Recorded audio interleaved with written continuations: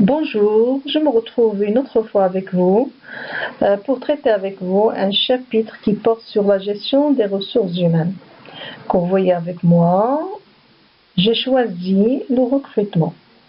C'est un terme qui inclut tout le processus de recrutement depuis l'identification des besoins jusqu'à l'intégration. À travers ce cours, vous devez être capable de connaître les étapes du recrutement et vous devez être capable de présenter et de réaliser tous les outils, toutes les fiches qui concernent les étapes de recrutement. Alors suivez avec moi pour réussir ensemble les étapes de recrutement. Alors c'est quoi le recrutement ?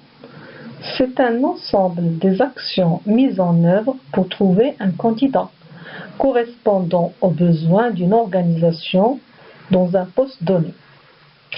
Il s'agit d'un acte extrêmement important pour toute entreprise. C'est pourquoi il est impératif de bien préparer l'embauche et de prendre conscience qu'un recrutement ne s'arrête pas le jour de la signature du contrat, mais qu'un travail d'intégration est nécessaire. C'est-à-dire depuis l'identification du besoin au sein de l'entreprise, on doit suivre les étapes jusqu'à l'intégration. Lorsqu'on embauche, il faut intégrer le salarié. C'est comme ça qu'on peut dire qu'on va réussir le recrutement.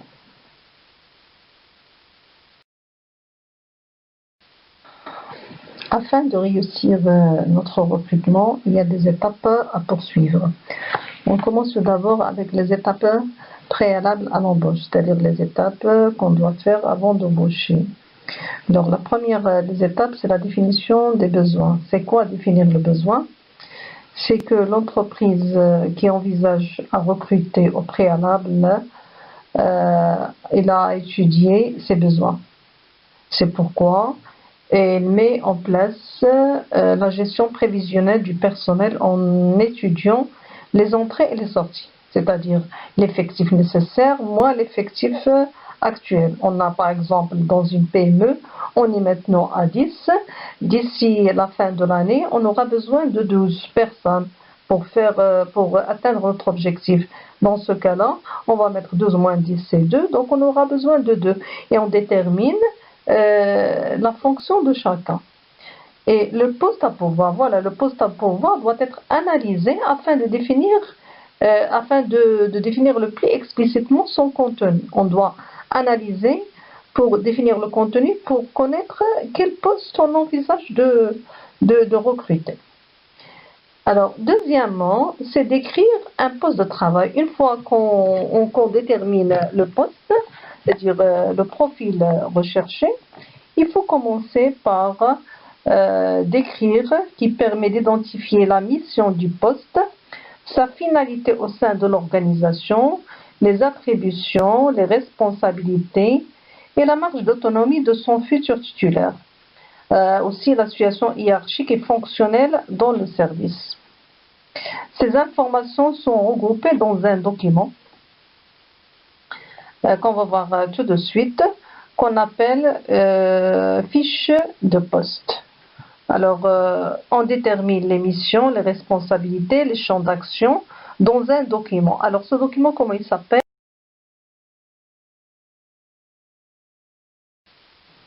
Alors, ce document qui s'appelle fiche de poste, elle est présentée de la manière suivante. Alors, cette fiche de poste, pour vous rappeler, c'est le premier document à mettre en place avant de commencer n'importe quelle étape. C'est la première étape qu'on doit réaliser. Alors, cette fiche de poste, elle est réalisée par les personnes compétentes, à savoir, ça peut être le supérieur hiérarchique, ça peut être le directeur général, ça peut être le directeur des ressources humaines, ça peut être aussi une personne qui a déjà occupé cette poste, une personne qui part en retraite, par exemple. Donc, qu'est-ce qui contient cette fiche ? On commence toujours par l'entête de l'entreprise. la mise à jour, la date de mise à jour, parce que le poste il peut subir des changements, donc on doit toujours le mettre à jour. La fiche de description de poste, l'intitulé du document et dénomination de la fonction. Ici, je peux mettre par exemple un assistant de gestion, ou bien un commercial, ou bien il faut dénommer la fonction. Alors, il faut préciser le rattachement hiérarchique, c'est-à-dire la personne qui va être embauchée, elle va être attachée à quelle direction? Est-ce que c'est à la direction commerciale ou administrative, financière, et ainsi de suite. Relations internes, elle aura des relations avec qui? C'est-à-dire l'équipe avec laquelle il va travailler. Relations externes, avec qui il va être en contact. Ses responsabilités, définir toutes ses responsabilités. Si j'ai mis deux traits comme exemple, mais on peut avoir plusieurs responsabilités. Les missions, ces missions qu'il va réaliser. Les degrés d'autonomie, est-ce qu'elle va être libre de faire ce qu'elle veut, et va être autonome, ou bien elle dépend de quelqu'un. L'expérience, combien d'années d'expérience on demande, le domaine d'activité, dans quel domaine d'activité va exercer, les connaissances professionnelles, les qualités personnelles, quelles sont les qualités qu'il doit avoir, la formation, quelle formation doit poursuivre pour atteindre ce poste, les diplômes qu'il a eus, et bien d'autres en fonction de ce que l'entreprise a demandé. Donc on va essayer, si vous voulez, de donner la base de ce poste et de donner toute information nécessaire pour réussir le recrutement. Donc ça, c'est la première fiche qu'il faut déposer et qu'il faut réaliser avant de poursuivre notre recrutement.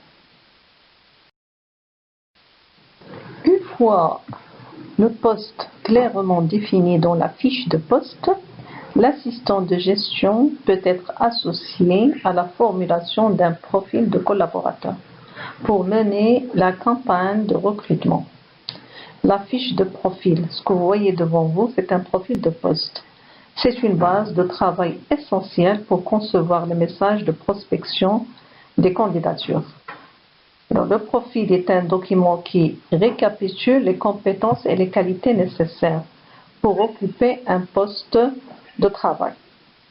C'est-à-dire que lorsque vous terminez le poste de travail, on va faire une autre fiche. L'objectif de ce profil de poste, c'est de déterminer les capacités essentielles pour occuper le poste avec leur niveau d'aptitude. Regardez avec moi. Une fois qu'on a mis profil de poste, le poste demandé, le service, les capacités, je commence par formation expérience. En général, chaque profil elle est présenté ainsi, n'importe quel poste. Je commence par formation expérience. Formation, qu'est-ce que je demande comme formation générale? Est-ce que niveau bac, bac plus 2, bac plus 3, bac plus 5, etc. Mais avant, j'ai oublié de vous dire les niveaux d'aptitude. Les niveaux d'aptitude, vous avez des renvois. Vous avez à chaque fois des renvois, je vais voir avec vous à la fin. Les renvois, c'est une légende que vous devez mettre avec le profil de poste. Le niveau 1, c'est-à-dire insuffisant. 2, c'est-à-dire à bien, au moyen, ça dépend de ce que... Vous pouvez avoir 4 niveaux ou bien 5 niveaux. 3 bien, 4 très bien. Alors pour la formation générale, petit 2, la formation générale, comme je viens de dire, quel est le niveau de la formation? Ça dépend du poste. S'il y a des postes d'un ouvrier, ça peut commencer à partir du niveau primaire. Mais un cadre, ça peut commencer à partir de bac plus 2 et plus. Donc ici, on suppose qu'on a un poste d'assistant de gestion. La formation générale, je demande 3, c'est-à-dire bac plus 2. Formation professionnelle, je demande aussi 3. Le 3, lorsqu'on va descendre en bas, vous allez voir, c'est l'équivalent de BTS, DUT, EST, etc. L'expérience en nombre d'années. Si je mets 1, c'est une année d'expérience. 2, 2 années. 3, c'est 3 années. 4, c'est 4 et plus. C'est une très bonne expérience, 4. Pour les langues, j'ai mis renvoi. Est-ce que 1, c'est tout simplement notion de base. 2, c'est lu, je sais lire. 3, lu et écrit correctement. 4, c'est la maîtrise. Ici, dans le cas de l'assistant, on demande une maîtrise de langue en français et en anglais. La suite de mon profil, la deuxième partie, ce sont les aptitudes professionnelles. Les aptitudes professionnelles, c'est-à-dire tout ce que le salarié est demandé de faire pendant sa future métier. Donc, on va essayer de l'évaluer. Par exemple, pour l'assistant de gestion, l'accueil, je demande un très bon accueil. La rédaction, une très bonne rédaction. Je demande une communication niveau 4. C'est très bonne communication. Les relations commerciales, je demande le niveau 4. Gestion comptable, on demande le niveau 4, c'est-à-dire bien. Et l'organisation, on demande une très bonne organisation. Et après, je passe, regardez avec moi la courbe qui détermine le profil de l'assistant de gestion. Troisième et dernière partie, ce sont les aptitudes personnelles. Vous avez sens relationnel. Je demande le niveau très bien. Pour toutes les aptitudes personnelles, je demande un niveau très bien, c'est-à-dire le sens relationnel, la présentation, l'écoute, la discrétion, le sérieux, la persévérance, la conscience professionnelle et bien d'autres. En fonction de chaque poste, je demande ces aptitudes personnelles. Il y a énormément d'aptitudes personnelles spécifiques pour chaque poste. La même chose que pour les aptitudes professionnelles. Et voilà, je termine la courbe. Et je vais évaluer par la suite, je vais vous dire par la suite pourquoi je dois réaliser ce profil théorique. Alors voilà la dernière partie de mon profil. C'est une partie qui est obligatoire. Vous avez utilisé des renvois. Un, c'est pour les niveaux. Vous avez, comme je viens de dire, vous pouvez avoir 4 niveaux ou bien 5 niveaux. 1, c'est insuffisant. 2 à bien, 3 bien, 4 très bien. Je peux ajouter un autre niveau 5, maîtrise.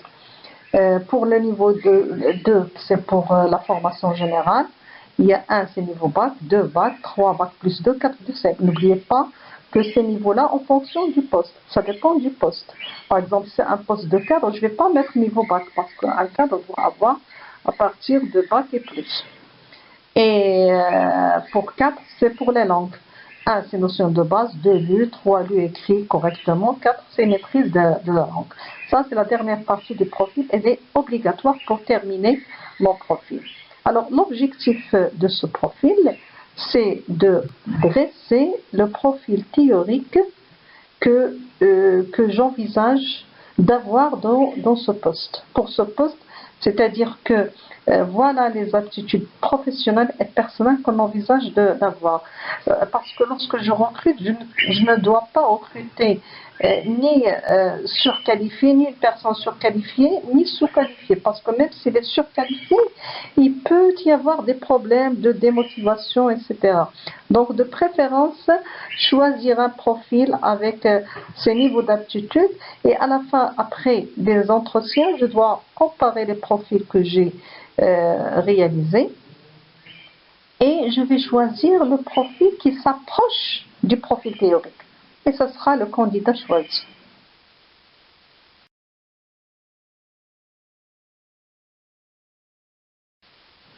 Une fois qu'on a terminé les étapes préalables, c'est-à-dire on a tout préparé pour le recrutement, c'est-à-dire on a préparé la fiche de poste et la fiche et le profil de poste, on passe à la deuxième étape, ce qui est l'étape de recherche de candidats.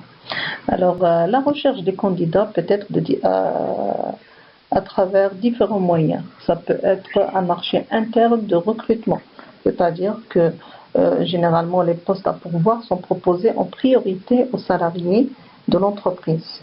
Le recrutement interne passe par les mêmes étapes qu'un recrutement externe. Pour le salarié, il s'agit souvent d'une promotion. On a un poste, par exemple un poste de chef de service.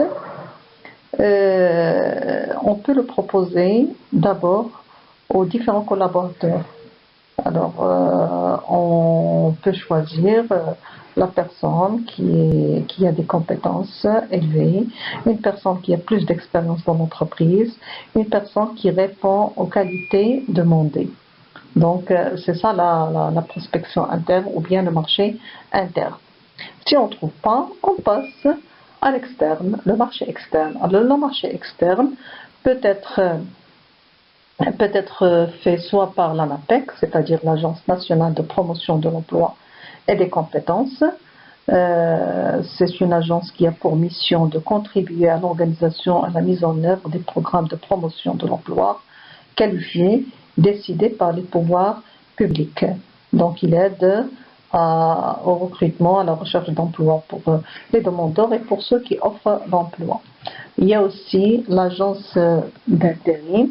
Alors l'agence d'intérim, c'est une agence nommée aussi agence de placement ou agence de travail temporaire qui met à la disposition d'une entreprise utilisatrice un salarié intérimaire pour une période déterminée. On peut faire appel à ces agences lorsqu'il y a un salarié qui est malade ou bien une femme qui a un congé de maternité, qui est en congé de maternité, etc. Alors, il y a les cabinets de recrutement, ce sont des cabinets privés qui prennent en charge le recrutement de A jusqu'à Z. Il y a les candidatures spontanées. Chaque entreprise reçoit soit en version papier, soit en version numérique via des sites, des candidatures spontanées. Alors, qu'est-ce qu'on fait? On peut sélectionner les candidatures qui sont intéressantes et on peut les classer dans des CVTech. On a des CV dans notre bibliothèque au sein de l'entreprise. On peut revenir à ces CV pour chercher est-ce qu'on peut trouver un profil qui répond aux critères demandés. Et on peut le contacter. Il y a aussi les stages, à travers les stages que passent les étudiants, les stages de fin d'études. Tout étudiant qui a donné satisfaction, il peut être enregistré au sein de l'entreprise et on peut lui faire appel pour occuper un poste au sein de l'entreprise. Donc vous avez intérêt à faire de votre mieux pendant vos stages. Et la dernière et aussi il y a l'annonce dans la presse sur internet. Alors l'annonce, tout le monde connaît l'annonce d'offres d'emploi que je vais vous présenter et que vous devez être capable de rédiger et de présenter, parce qu'on peut vous demander dans un examen, on peut vous demander réaliser une annonce d'offre d'emploi. Donc l'annonce d'offre d'emploi, je vais vous présenter par la suite comment la présenter, soit sur la presse, dans un journal, ou bien en ligne.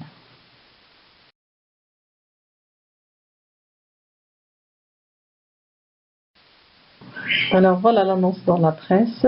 Je vous rappelle que avant d'expliquer le contenu de cette annonce, je vous rappelle que la rédaction de l'annonce doit être explicite. Elle doit être claire, sans ambiguïté dans la définition du poste proposé. Il faut toujours définir le poste. La qualité de la présentation permet de susciter l'envie de la lire et d'obtenir des réponses adaptées à la fonction. Certains recruteurs ne préfèrent pas révéler leur identité.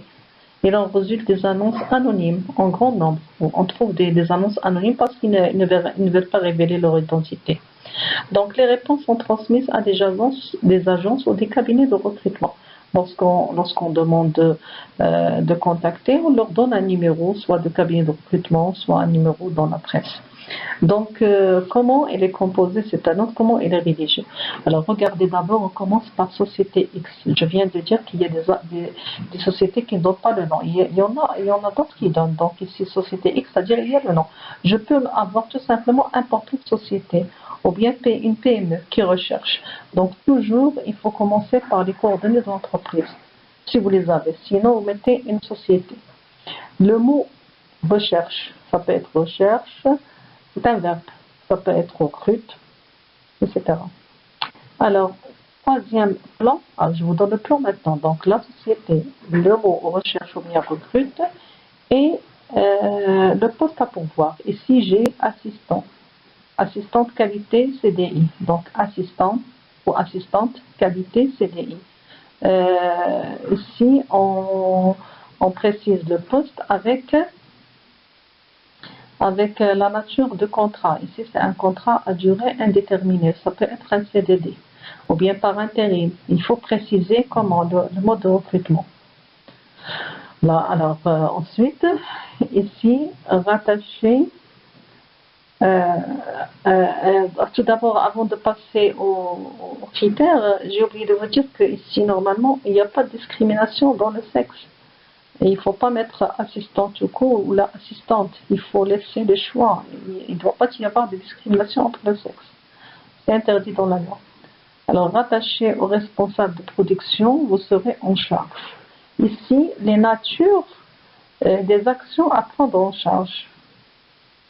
On donne les natures, c'est-à-dire ce qu'on demande, ce que vous allez faire. Est-ce que vous êtes capable de faire ce travail? Après, on passe au niveau de formation, au profil recherché. Ici, Bac plus 2 ou 3, possédant des connaissances en électronique et en informatique. Donc ici, ce sont les compétences recherchées. Alors, vous faites preuve d'autonomie, d'aisance relationnelle et rédaction séquentielle. Ce sont des aptitudes personnelles. Vous devez avoir le sens d'organisation, ce qui vous permettra une adaptation rapide aux évolutions technologiques. Donc ici, ce sont des aptitudes personnelles. Donc regardez, je reviens, il y a les coordonnées d'entreprise, le mot recherche, ça c'est à respecter si on vous demande de rédiger une annonce. Il y a l'intitulé du poste qu'on recherche, on détermine la nature du contrat, CD ou CDD, les missions qu'on demande, le profil demandé, ça peut être la formation, le diplôme et aussi l'expérience, et enfin les aptitudes personnelles. Et à la fin, envoyez votre CV, votre lettre motivée et on vous donne l'adresse, c'est-à-dire le contact pour réponse, le mode de contact.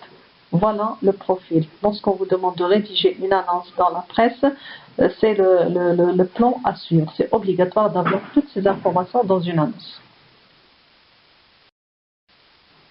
Un autre exemple d'annonce diffusée en ligne, c'est ce que vous trouvez dans les sites des entreprises.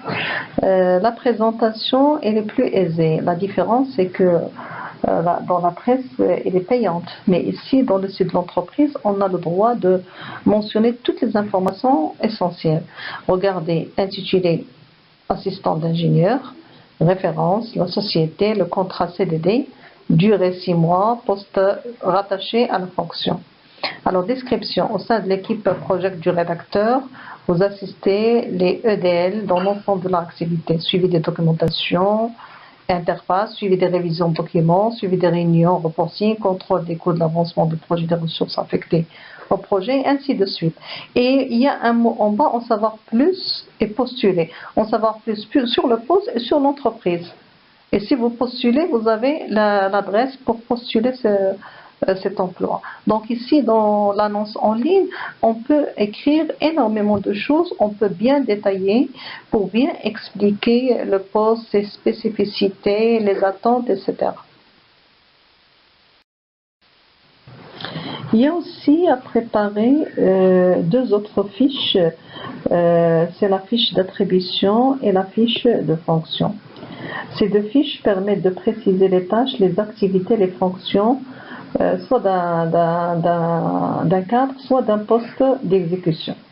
Alors, la fiche d'attribution décrit le travail répétitif et procédure d'un employé qui occupe un poste d'exécution au poste opérationnel.